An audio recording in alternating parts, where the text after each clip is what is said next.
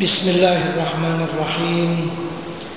إلى حضرة النبي المصطفى رسول الله صلى الله عليه وسلم وإلى كافة الأنبياء والمرسلين ولجميع المسلمين والمسلمات والمؤمنين والمؤمنات وبالخصوص إلى روح الإمام الغزالي رحمه الله تعالى وإلى روح الشيخ عبد الصمد الفلمباني رحمه الله تعالى شيء لله لهم الفاتحة.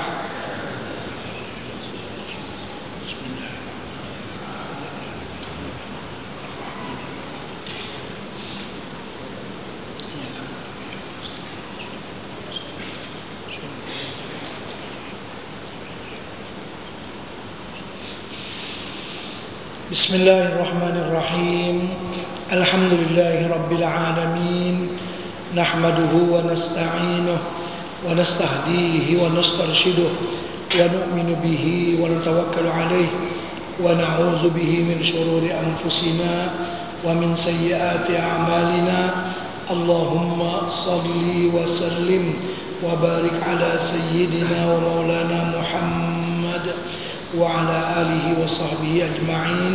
سبحانك لا علم لنا إلا ما علمتنا إنك أنت العليم الحكيم. رب اشرح لي صدري ويسر لي أمري واحلل عقدة من لساني يفقه قولي ولا حول ولا قوة إلا بالله العلي العظيم. قال المؤلف رحمه الله تعالى ونفعنا به وبعلومه في الدارين آمين. Adab yang keempat, bahwa jangan ia memperkenankan akan panggilan itu jika ada makanan itu daripada harta yang haram. Dia dah tahu Tuan Kenduri ini yang terlibat dengan mencari harta dengan cara yang haram, maka jangan pergi ya. Atau daripada harta yang syubhat, dia berniaga apa ada, riba apa ada, campur dua, ini kan itu syubhat. Nak kata riba semua pun tak, nak kata untung perniagaan semua pun tak, dia campur-campur. Atau ada tempat menjamu atau hamparannya itu daripada harta yang haram. Jadi bukan benda yang dijamu, benda yang menjadi hamparan, menjadi sesuatu yang disabitkan itu benda yang haram. Atau daripada harta yang syubhat. Dan demikian lagi jangan diperkenankan panggilan itu jika ada pada tempat itu sesuatu yang mungkar, seperti ada padanya hamparan daripada sutra, atau ada padanya bejana emas atau perak, kan macam mungkin camca emas atau camca perak yang diharamkan. Jadi bukan karena makanan itu haram, saja ada benda yang haram. Atau ada padanya rupa haiwan atas rumahnya, di atas judran itu dinding, di depan rumah dia ada patung misalnya, kan tak pergilah. Jadi bukan pasal kita tak mau pergi, ada halangan yang menjadikan kita tak pergi. Sekarang orang duk buat taman tepi rumah, ada air terjun, ada burung putih apa? Burung bangau, itu termasuk benda yang diharamkan. Kan masalah gambar ni ada 3 pendapat. Satu, gambar fotograf ni macam gambar yang biasa lah, yang video semua ni kan. Itu pun memang kebanyakan ulama membolehkannya. Sebahagian tu ada yang keras itu tak mau juga. Yang fotograf ni pun dia tak mau juga. Terutama ulama-ulama India yang tertentu lah. Ada kalau gambar itu beketul kita gambar dia berpahat kan, tapi sebelah saja atau sekerat saja, macam setakat dada saja kan, orang tak hidup kalau patung tu tak ada dadanya, atau gambar ular tapi dia sebelah saja yang gambar tu sebelah. Itu kebanyakan ulama tidak membolehkan. Adapun memang patung sungguh lah, harimau sokok dalam bentuk ataupun ni harimau ke apakah, dalam dibuat daripada kayu ke, daripada semen ke apa semua kan, atau gambar apa panglima apa kemerdekaan apa tugu, yang tu tidak ada khilaf di kalangan ulama haram. Maksud karena dia memang patung manusia sekok lah dalam bentuk yang macam tu lah. Itu memang tak ada pendapat yang kata boleh, semua kata tak boleh. Kerana yang tu patung lah kan. Sekok dah lengkap dengan.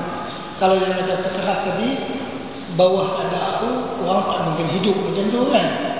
Manusia mana hidup atau manusia dekat dada dia. Tapi kalau sekok semua sekali itu maknanya dia memang hidup. Memang itu yang dilarang. Kemudian macam gambar ni pula, kalau jenis dipijak ada kira macam gambar-gambar binatang yang itu dipijak, mana dihinakan. Kalau ditayang di dinding, lain posisi dimuliakan, posisi dihormati. Ya kan? Jadi maksud di sini atau ada padanya bejana emas atau perak, atau ada padanya rupa tu gambar sebenarnya. Gambar ataupun patung haiwan atas rumahnya, di atas juduran, di atas dinding, dalam bentuk dia dihormati kan. Itu. Kalau bulan parit ke bahalan dia dihina lah dia kan. Atau ada pada tempat itu alat permainan yang diharamkan seperti serunai atau tambur atau rebab sejenis biola atau lainnya daripada segala yang diharamkan oleh syarak. Yang tu kena mengaji fiqh balaya, yang mana-mana yang diharamkan, yang mana yang dibolehkan. Adapun kompang yang tu boleh ya. Itu pun kompang tu ada khilaf ulama, yang pakai telinga dan yang tak pakai telinga. Kan kompang tu ada dia punya besi dia yang apa dipanggil dulu. Ya, macam telinga ada bila kita katuk dia ceng ceng ceng. Bukan tekat bunyi kompang dia bunyi ceng, apa namanya besi tu. Belakang satu dengan yang lain. Yang tu ada khilaf pendapat juga. Atau lainnya daripada segala yang diharamkan oleh syarak. Atau ada pada tempat itu orang yang bermain-main yang sia-sia. Bermain yang sia-sia. Kalau main yang ada manfaatnya, main silat ada manfaatnya. Mempertahankan apa namanya diri kan, belajar macam mana. Kalau main sia-sia. Atau ada pada tempat orang yang bergurau-gurau dan bersenda-senda yang tidak diharuskan. Adalah situ macam pak lawak macam tu kan, sembang benda-benda yang yalah kadang-kadang menjadi trend juga, dia macam jadi promosi tu. Ni pangah tidak datang apa, kadang-kadang tu sembang lebih-lebih ya, kadang nyindir orang sebut-sebut orang. Maka sekalian itu menyegahkan daripada memperkenan panggilan itu, yakni tiada sunat pergi kepadanya, bahkan terkadang memperkenankan akan yang demikian itu jadi haram atau makruh sekurang-kurangnya. Ini untuk orang biasa pula. Untuk tuan guru tak boleh. Tuan guru ni kena menjadi hujah kepada orang ramai. Tok Syekh dulu ni. Orang tak kira lah. Masa Syekh tu pergi, puan tu sengap lah. Tak ada lah. Dia tahu. Tu guru nak mari ni simpan alat pusat. Lepas dia balik, dia kata, kelok. Nama Tok Guru tu dijual. Kan? Kata Tok Syekh mari, mana boleh. Macam dia macam tu lah. Orang kampung mana bekerja apa. Kan dia tengok adanya apa orang yang alim yang hadir ke situ. Dia kira macam, takkan ustaz pergi tempat tu. Tak boleh tu. Kira boleh ya. Orang kampung dia senang jumlah begitu ya. Baik. Jadi kalau ada yang demikian terkadang haram, terkadang makruh. Tengoklah benda tu sejauh mana dia punya hukum dia. Terus siapa tahu baca. Dan demikian lagi. Dan demikian lagi jangan diperkenankan akan panggilan orang yang soleh atau orang yang fasik, atau orang yang bid'ah, atau orang yang sangat jahat peranainya, atau orang yang menjamu itu kerana menuntut kemegahan dan kemuliaan. Ya, ini benda-benda ini menghalang kita daripada memenuhi panggilannya. Yang memanggil ini orang dikenali dengan kezalimannya. Mana kita pergi ke rumah dia tu sokongan moral untuk dia. Mana kita restu atas kezaliman dia tu. Dia kata Syekh pun mari. Mana sedangkan dia tu orang yang zalim. Jadi macam walaupun dia tak merestu kepada kezaliman tu, tapi karena dia mari itu dia menjadi satu sokongan moral. Ya kan? Jadi orang ni tak apa kita boleh pergi gitu kan. Ini contoh jangan silap lah. Jangan kata saya kata. Ni Syekh Abdul Samad Palembang kata kan. Dia kata usah kami kata pula. Dah tadi saya dah kata tolong baca ya. Itu dia. Nah, dan demikian lagi jangan diperkenankan akan panggilan orang yang zalim atau orang yang fasik atau orang yang bid'ah. Maksud bid'ahnya ahlul ahwa, orang yang mengikuti aliran yang sesat seperti Syiah, seperti agama matahari, agama apa lagi itu, ada jenis-jenis yang aliran sesat. Karena terutama lagi kepada guru-guru tadi. Kalau dia mari, bermakna dia apa namanya sokongan moral itu kuat, menjadi hujah bagi orang lain nak mari. Terus adab yang kelima, bahawa jangan memaksa dengan memperkenankan itu akan menyampaikan syahwat maksudnya daripada bersedap-sedap dan berlazat-lazat. Yang mari ini pasal apa mari? Saya nak jamu selera. Ini adab kesempurnaan. Karena itu kan hari itu sudah saya singgungkan. Bila kita mempersilakan untuk makan, janganlah kita jemput hadirin untuk menjamu selera. Bahasa itu jangan guna bahasa itu. Dijemput hadirin untuk menikmati jamuan. Kan bahasa halus, bahasa cantik. Untuk menikmati jamuan sila. Untuk menjamu selera lain. Selera tepuk dada tanya selera, nak makan apa? Makan. Banyak mana makan? Makan. Itu makna jamu selera. Ya kan? Kalau menikmati jamuan, artinya kita merasakan ini sebagai nikmat Allah, mari kita makan. Macam itu maksudnya. Kan walaupun bahasa itu lebih kurang saja, tapi dia lain sentuhannya. Macam kita kata orang lah, engkau ni mungkin tak tahu, atau engkau tak tahu. Dengan engkau bodoh, terus macam ya bodoh dengan tak tahu, terus macam. Tapi bila kata engkau tak tahu, ya memang saya tak tahu. Tapi kalau kita kata engkau bodoh, bodoh. Padahal bodoh dengan tak tahu itu 5 kali 2, 2 kali 5, berapa? 10 juga lah. Tapi kan bahasa yang merah itu saga, yang indah itu bahasa. Kan? Jadi perbaiklah kata. Jadi dipersilakan untuk menikmati hidangan, untuk menikmati jamuan, dirasakan nikmat Allah yang diberi kepada kita macam tu kan. Ini untuk menjamu selera. Allah. Nampak sangat syahwat makan tinggi. Artinya kalau menjamu selera, nak makan banyak mana pun sila, nak apa pun macam mana lah, dia ada makna dia yang terkandung di sebalik perkataannya macam itu. Jadi kita berhati-hati dalam memperkatakan sesuatu. Jangan sampai ialah benda tu mengandungi makna yang tidak disokong oleh agama. Jadi tadi atau orang yang bid'ah atau orang yang sudah jangan sampai untuk menyampaikan syahwat nafsunya tadi, untuk menjamu selera lah macam tu lah, untuk menikmati hidangan yang diberikan oleh tuan rumah, ya kan? Jangan untuk menjamu selera, maknanya lain. Walaupun kita makan mungkin banyak jugalah, nanti ada adab dia. Kalau makan ramai-ramai ini boleh terajak sikit dah. Dia kata macam tu. Kalau seorang-seorang jangan. Kalau ramai-ramai ini kita terajak sikit. Apakah lagi kita memang nak raih orang. Kawan ni dia dapat sungguh lah. Kalau tak berhenti awal kesian dia. Dia pun orang fakir lah. Sekali itu dia makan kuat sikit lah. Kita makan terajak lah sikit. Nak raih hati dia. Ya kan? Tapi janganlah banyak sangat. Saya banyak kali dah buka cerita saya makan kenduri di bawah Cempedak di Kedah. Saya mari makan kenduri dengan konon lah satu hidang lah. Badan sedap. Saya tengok dia makan pagi tu, lepas akad nikah semua, dia makan 3 kali menambah. Allah, saya tak tambah lah, bukanlah. Lepas tu saya kenal penulisan lain, dia pun kenal lah. Parking kereta, elok dia parking belakang saya. Jom kita pergi sekali lah pulang kenduri.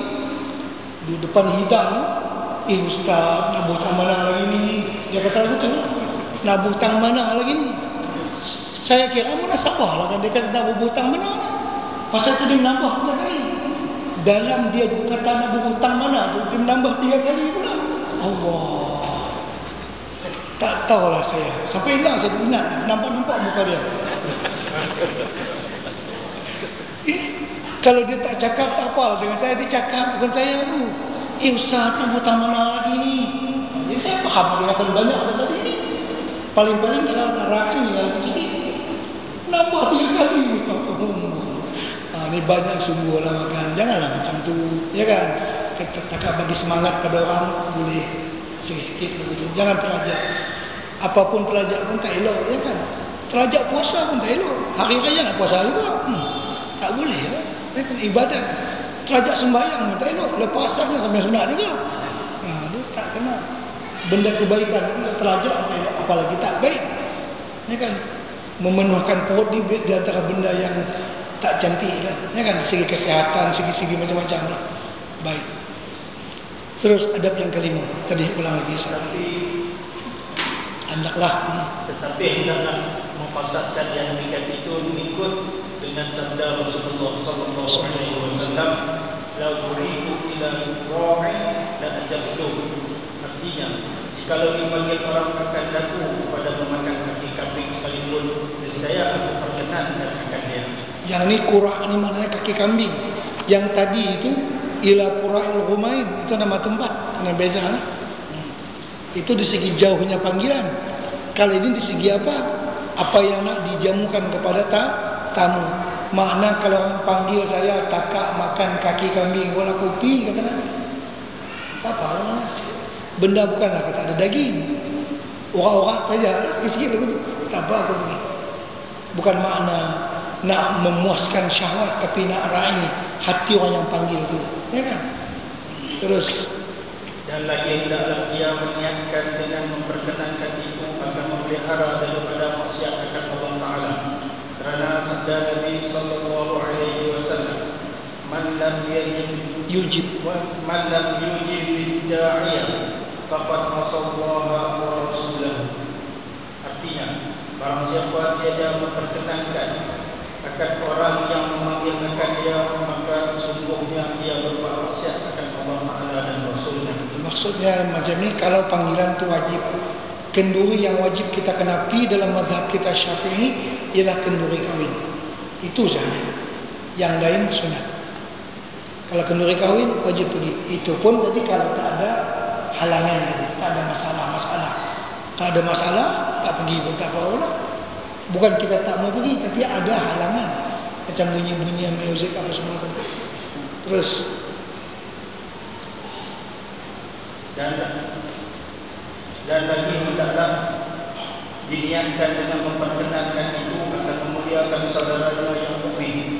Kerana sabda Nabi sallallahu alaihi wasallam, man akrama akhahu al-mu'mina faka'annama akrama Allah. Artinya, barang siapa memuliakan akan saudaranya yang mukmin, maka hanya sungguhnya adalah dia memuliakan akan Allah, memuliakan Allah Ta'ala. Jadi kita memuliakan orang Islam itu dianggap seperti memuliakan Allah. Siapapun yang kita muliakan, apakan lagi yang dimuliakan itu adik-beradik, lebih-lebih lagi dapat pahala silaturahim. Apakan lagi yang dimuliakan itu abang kita, tua pada kita, lagi-lagi kita dapat rahmat. Apakan lagi yang kita muliakan itu guru kita, lagi-lagi ya. Sekadar orang beriman biasa kita muliakan, kita dah dimulia oleh Allah Subhanahu wa Ta'ala. Apakan lagi kalau yang dimuliakan itu orang yang ada nilai tambah, ada nilai tambahan. Terus, dan lagi hendaklah diniatkan dengan memperkenankan itu akan memasukkan kesukaan ke dalam hati saudaranya yang mukmin. Kerana sabda Nabi sallallahu alaihi wasallam, man sarra mu'minan faqad sarra Allah Ta'ala.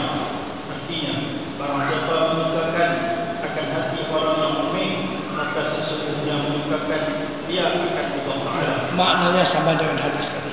Terus dan lagi hendaklah diniatkannya dengan memperkenankan itu akan ziarah kepada saudaranya yang mukmin supaya jadi berkasih-kasihan. Jadi niat kita nak makan kenduri ke rumah dia ni, ziarah dia sama. Kita nak cepat ziarah ni pasal kenduri, pasal mati, sakit demam, cepat dah. Kalau tak, kadang-kadang kita duduk teragak bila nak pergi ke rumah dia, bila nak pergi, elok ada kenduri, kita pun ambil kesempatan lah nak makan kenduri sama, nak ziarah dia sama. Ataupun dia demam, ataupun dia meninggal, mau tak mau lah, kita kena pergi lah. Sekaligus kita pergi ziarah dia, nak lain takziah ke keluarga dia sekaligus. Ni banyak niat ni, banyak pahala. Tu untung orang beriman. Macam kita kan sekarang ni duduk di masjid, duduk mengaji. Kita berniat hadir majlis taklim, dapat pahala mengaji. Berniat i'tikaf dalam masjid ni, dapat pula pahala i'tikaf. Kita berniat berhimpun dengan orang yang baik, masa mengaji dapat pahala berhimpun dengan orang-orang yang baik. Kita berniat pula menjauhkan diri dari tempat-tempat orang maksiat. Inilah orang buat baik. Kita nak jauh daripada orang yang maksiat, dapat pahala meninggal maksiat. Jadi setiap niat tu ada pahala. Niat mengaji, niat i'tikaf, niat berteman orang yang baik, niat menjauhkan diri daripada orang yang lagha, yang sia-sia. Itu semua ada poin. Ada pahala yang dia akan dapat pada hari kiamat. Kalau kita mengaji lepas maghrib, nak tunggu isya, niat nak tunggu sembahyang, isya pula. Pahala orang yang tunggu sembahyang itu seperti sentiasa dalam sembahyang. Mungkin ada di kalangan tuan-tuan yang berniat nak sembahyang zuhur di sini, mana daripada pagi dari pukul 9 dia duduk sini nak tunggu sembahyang zuhur, sepanjang-panjang dia duduk di masjid ni dapat pahala seperti sentiasa duduk sembahyang. Masya-Allah, tabarakallah. Jadi masing-masing kita niat. Kalau dia tak berniat apa-apa, tak i'tikaf, walaupun duduk dalam masjid, tak dapat pahala i'tikaf. Dia tak berniat. Jadi senang kita orang yang reti lah, senang dia cari pahala. Ya kan? Dengan satu pekerjaan 5-6 lapis pahala dia dapat. Ya kan? Dengan sebab dia mengerti untuk mengatur hatinya dengan niat.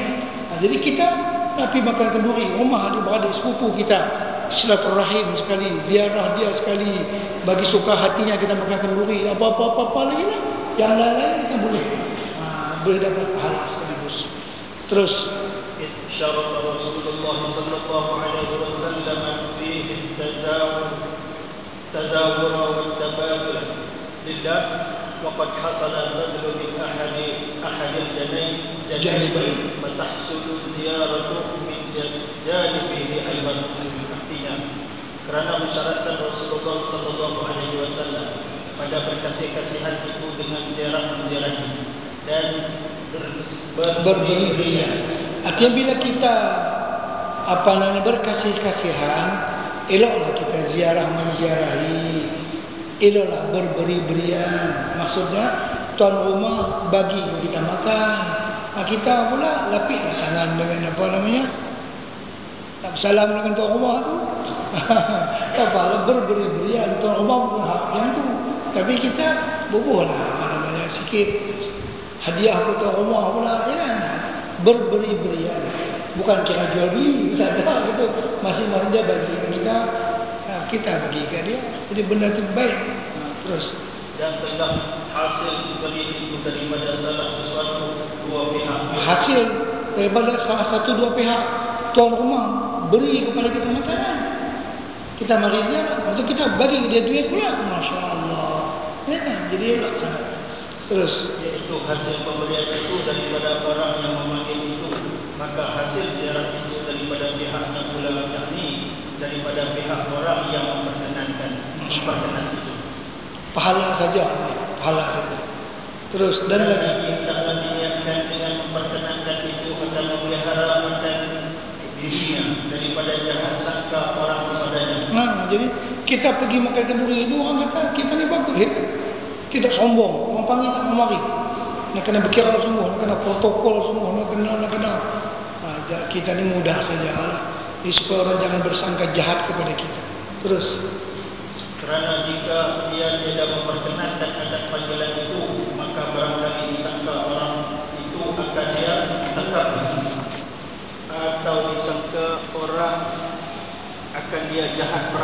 Jepang itu protokol sangat, kira sangat. Terus atau disangka orang akan yang menghinakan akan saudaranya yang mukmin atau barang sebagainya. Dia tak mari pasal dia tak kenal dengan kau ni. Jadi kan macam-macam lah sangka buruk manusia boleh timbul. Terus dan kata Imam Al-Ghazali rahimahullahu taala, fa hadhihi situniyatin talhaqu ijabatahu bil qurbati ahaduha fa kaifa majmu'uha. Artinya maka niat yang 6 ini menghubungkan dia akan memperkenankan itu dengan qurbat, yakni memperkenankan panggilan itu dengan salah suatu daripada niat yang 6 ini, jadilah dia ibadat yang menghampirkan kepada Allah Ta'ala, maka betapa lagi jika berhimpun segala niat yang 6 itu. Mana niat yang 6 tadi boleh himpun sekali. Jadi kita pergi makan kenduri itu 6 niat. 6 dapat pahala. Masya Allah. Untunglah kan kita. Dengan sebab makan kenduri 6 pahala dapat. Dengan sebab kita mengaji, orang-orang itu berapa lapis pahala? 4. Ni kira paling kurang 4 lapis pahala. Pertama niat mengaji. Kedua i'tikaf. Yang ketiga duduk bersama orang yang salih, yang baik-baik. Yang keempat menjauhkan diri dari tempat orang-orang yang tidak baik. Kurang-kurang 4 niat sekali. Masya Allah. Kita boleh berniat. Terus adab hadir pada tempat jamuan itu, maka iaitu 9 perkara. Masya Allah. Adab kita yang hadir pula. Pertama, sayudianya jangan dia mengajar pada ketika masuknya itu akan tempat yang di atas atau tempat yang tinggi atau tempat yang di hadapan, tetapi taklah dia tahu yang ini merendahkan akan dirinya. Jadi kita pergi tempat kenduri ini, dia ada ruang pip kadang-kadang kan, masa tentu ruang keluarga pengantin ke apa-apa, kita hari ini tak mana pun tak pahala, tak mesti aku ni ustaz kena duduk depannya orang. Tak mana makanlah situ. Jangan ada rasa kebesaran. Mari dengan membawa kebesaran diri, tapi mari hanyalah dengan sifat tawadhu. Tak apalah, tak mana pun kita makanlah. Tak mestilah mesti duduk di depan, mesti dihormat orang, mesti disambut dengan cara apa semua. Tak. Dengan cara tawadhu, bukan dengan cara untuk dibesarkan oleh orang. Masalah orang nak membesarkan kita itu sila, tak ada masalah. Tapi kita tidak meniatkan yang demikian itu. Terus adab yang kedua, sayudianya jangan dia melambatkan akan hadir itu sekira-kira jadi dinanti oleh orang yang telah hadir pada tempatnya. Jangan dilambatkan. Kan kenduri kita di Malaysia ni lain-lain. Kita kenduri daripada pukul berapa? 12.30 atau pukul 11 sampai pukul 4 petang. Tapi biasanya dia ada kenduri yang orang sedah dia. Kenduri itu sekaligus saja. Kenduri makan dan doa selamat pukul 11 atau pukul 12.30. Lepas tu tak ada lah. Jadi bila kita orang yang ditunggu, jangan buat lambat. Kesian orang yang lapar nasi, kita tak boleh kasih. Jadi kalau kita orang yang memang ditunggu orang, kita jangan buat lambat kepada orang lain. Nanti orang yang lapar ni, apa ustaz lambat sampai orang tak akan makan lagi kalau dia tak baca doa lagi. Memang banyak tempat kalau di Indonesia macam tu. Saya di Kedah, bukan merajuk. Saya tak pernah pergi baca marhaban dengan sebelum. Tak mau pergi. Bukan tak mau maulid. Maulid kita buat. Tapi saya sakit hati. Pasal apa? Bila marhaban, membaca maulid, macam orang kenduri, yang kumpulan maulid ni, yang baca berjanji, duk bernasyid di atas rumah apa semua. Yang orang lain di bawah rumah, apa khemah. Bu sana, bu sini, apa namanya? Makan. Tak hormat langsung dengan majlis Rasulullah sallallahu alaihi wasallam. Patut jangan makanlah dulu. Ini kan majlis berjanji, ikuti semua dulu. Lepas doa alhamdulillahirabbil alamin baru makan bersama-sama. Yang ni dia mari kemudian makan awal. Yang dia baca berjanji dia tak makan lagi. Hang dalam saya mau sibuk makan dah. Ini tak patut lah benda macam tu. Jadi kita biar hak yang mula pagi tu himpun sekali. Pukul berapa kita nak mula makan, nak baca doa selamat kita. Walaupun majlis daripada pukul 12.30 sampai pukul 5 kita, tapi 12.30 tu nanti ada sebangsa macam majlis doa sikit sama-sama, jangan ceramahkan dulu. Habiskan doa daripada Tok Guru yang hadir apa semua, walhamdulillah hidang semua, makan sama-sama. Itu dia kan macam itulah.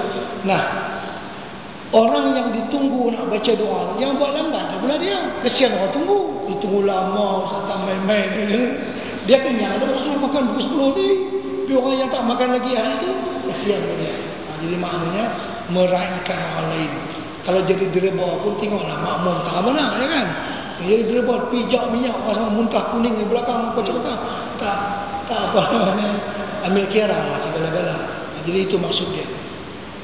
Terus adab yang ketiga, jangan dia bersegera hadir pada tempat itu sekira-kira datang dia kepada tempat jamaah itu dahulu daripada disediakan jamaah. Pun tak kena juga. Orang kata mula jemur pukul 11, dia pukul 9 sampai tuan rumah baru nak bersiap angkat contoh angkat ni. Ustaz dah main. Macam mana nak suruh duduk kan ni tak kena. Siapa nak sembang dengan dia atau bunyi? Menyusah orang lah. Biar tepat waktu dekat-dekat masa macam tu lah. Ini sampai hal macam ni pun ada aturannya. Jadi maknanya jangan awal sangat pula menyusah ke tuan rumah. Ataupun nanti tuan rumah dah siap tempat, dia nak duduk situ. Ustaz suruh duduk situ lah, bersyarah sikit ke apa semua. Tak apa saya duduk tani. Ustaz situ tak mikrofon pun tak ada, tali pun boleh sampai.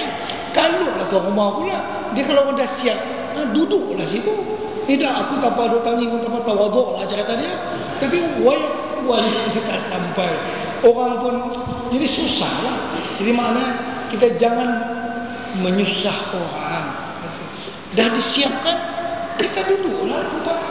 Kalau dah siapkan tempat lalu menang, siap tempat tinggi sikit ke, tempat istimewa sikit, habuan syarah atau apa semua, duduklah kita situ. Kalau dah siapkan lah, ya kan? Lain, ya aku mari pun tak siap, nak buat kursi ke saya kena. Yang tu minta pula, boleh je. Dia memang ada raja di Malaysia ni. Orang bersiap cara berdiri. Sekali dia mari, kata dia nak bercakap duduk pula. Buat protokol ni kan duduk lah. Orang siap cara duduk lah. Aku hari nak berdiri bersyarah pula dah. Jadi kalau kau buat, dia nak tunjuk kata dia kuasa. Nak tunjuk kata dia boleh perintah orang. Lah tu juga kena buat. Ini tak boleh lah dengan kebesaran. Bersifatlah tawaduk. Janganlah macam tu. Jadi macam ni lah juga. Jadi jangan lambat sangat. Jangan apa namanya awal sangat. Kalau kita datang. Jadi adab-adab dia, masya-Allah. Terus adab yang keempat, jangan bersesak-sesak ia dengan orang yang telah hadir dahulu daripadanya itu. Tetapi jika mengisyaratkan orang yang punya rumah itu dengan duduk di satu tempat, maka jangan dia menyalahi akan dia. Ya, tuan rumah dia siap tempat duduk dia, sistem lewat. Ustaz kena duduk sini. Dia kena lintar ke orang, tak apalah. Memang tempat tu disiapkan untuk dia. Jangan menyalahi lah, aku duduk ni dia, tak boleh.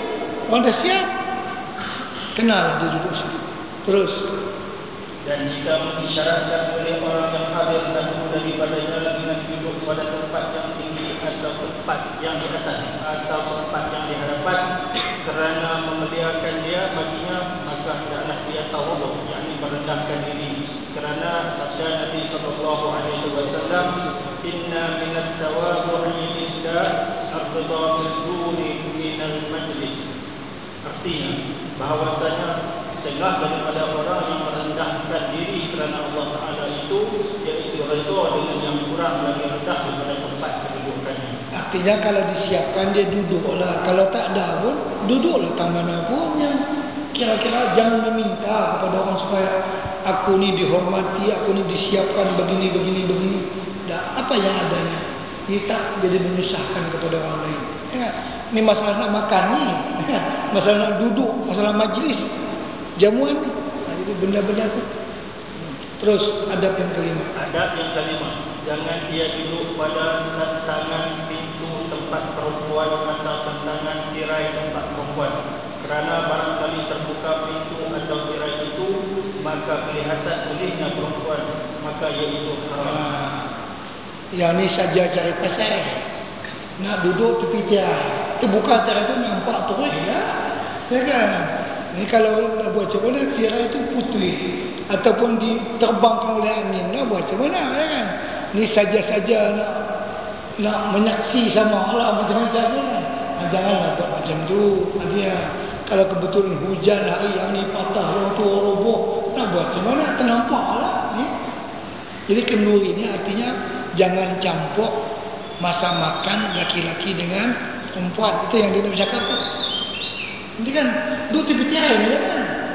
Artinya bila kita nak hidangkan, sebelah sini untuk laki-laki, sebelah sini untuk perempuan. Ya kan? Kadang-kadang orang kita dihidang keluarga. Kadang-kadang di maris keluarga duduk semeja sekali. Tapi orang lain pun tumpang duduk situ sama. Sekali suap nasi, sekali tengok makcik tu, tengok muka dia pula. Jadi macam orang kata cantik. Jadi benda ni termasuk ikhtilaf, pergaulan yang bebas. Jadi kalau kita buat kenduri, pisahkanlah. Sini makan bahagian laki-laki, muslimin, sini apa? Muslimah. Jadi makan senanglah, ya kan? Walaupun mungkin ada permintaan yang berkeluarga, boleh kita siap tempat lah. Satu khemah tertentu yang marisi keluarga sungguh-sungguh lah. Boleh lah itu. Tapi yang bagusnya itu memang dipisahkan dan dihijab di dinding antara yang laki-laki dengan yang perempuan ketika makan. Ya, maklum. Seterusnya. Dan yang keenam, jangan dia membanyakkan melihat kepada tempat orang mengeluarkan makanan. Duk minta saja. Macam tak cukup-cukup. Ni ada lagi gulai. Di tempat keluar makanan tu dia tengok tu, apa lagi nak keluar ni, apa lagi nak keluar ni, apa lagi nak keluar ni. Macam tu.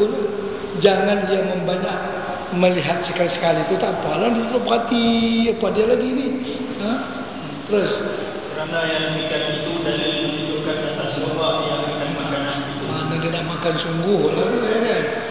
Terus adab yang ketujuh, hendaklah dia memberi salam akan orang yang hampir duduk dengan dia itu pada ketika duduknya itu. Bila dia masuk, macam kita masuk ke masjid hari Jumaat ke surau ke, orang lagi berzikir dalam masjid, kita memang sunat memberi salam.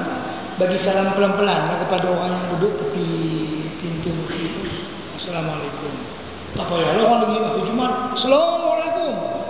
Satu masjid orang pasti kepada orang dia bagi salam kepada orang yang berhampiran dengan dia, berperingkat. Jadi bagi salam kepada orang yang duduk. Karena itu orang yang duduk tepi pintu dia kena bersedia nak kena jawab salam. Ya, duduk tepi pintu tu nak apa lagi? Bagi salam. Waalaikumsalam. Kalau dia nak beribadat tumpu, dia masuk dalam lah. Duduk tepi pintu, ya kan? Jadi guard dia kena siap lah apa nama bagi salam apa semua. Kalau dia nak beribadat betul-betul tumpu jangan. Nak baca Quran tepi pintu masjid. Susah lah mana masuk. Jadi orang dah bilang Assalamualaikum. Mana tahu salam. Dan tak payah bagi salam itu kepada seluruh hadirin karena mengganggu orang lain yang mungkin sedang bertasbih untuk apa dia? Siapa dia? Jadi bagi salam kepada orang yang berhampiran dengan tempat masuknya tadi. Masya Allah, aturan ini cukup halusi kalau kita perhatikan. Aturan-aturan yang cukup cantik, adab-adab dalam apa namanya kenduri kita apa? Kenduri. Terus adab yang ke-8. Apabila masuknya kepada tempat jamuan itu kerana dia nak bermalam di situ, maka jangan dia bertanya kepada orang yang mempunyai rumah itu akan fitnah dan akan tandas dan tempat mengambil air sembahyang. Demikianlah dikerjakan oleh Imam Syafi'i tak kala ia datang kepada gurunya Imam Malik di Madinah rahimahullah ta'ala. Ini umum bagi tamu. Bila ada tamu mari ke rumah kita, dia bermalam di rumah kita, kita kena bagi maklumat kat dia. Nah, kalau nak buang air ni jalan sini, Ini tolak pintu ni masuk dalam, ambil sebelah kiri. Bukan kita lah. Kan? Sebelah kanan nak darah kita. Nanti silap masuk-masuk dulu. Jenuh. Ya. Dan kalau nak senang pukul 2. Jadi takkan dia nak kejut kita orang pukul 2. Kerana itu kita sebagai tuan rumah, bagi yang tak kenal lagi struktur rumah kita, lagi tak tahu lagi. Kalau dia selalu, dia tahu nak ditandas macam mana, nak apa-apa macam mana. Memang kalau orang Arab dia cerita terang. Nah, kalau nak pergi bilik air, masuk sini, ambil sini. Sebelah sini jangan. Dia begitu. Dia kata, jangan tu nanti keluarga dia ke apa semua. Sini bilik keluarga, dia beritahu. Masuk sini apa semua. Jadi kita pun senang lah. Tidur boleh. Nak pasal senang pukul 3 pagi kan. Kita jenuh ketuk tu rumah. Masuk-masuk bukan rumah pak dia, rumah anak-anak darah dia. Jenuh lah kita. Tengah malam pula. Macam-macam lah. Karena itulah perlu diberitahu kepada tamu dia nak masuk bilik air macam mana. Kemudian kiblat mana. Kadang-kadang nak tahajud ke apa ke. Saya kan mengandung biasa tahajud tengah malam. Sajadah hampa saya sebab ada arrow itu kan pedoman. Itu bagus macam di hotel-hotel kan ada semua kan arah kiblat. Di rumah kan tak buat. Bila tu bila tamu. Kalau bila tamu di masjid tak apalah, dia benda dalam masjid.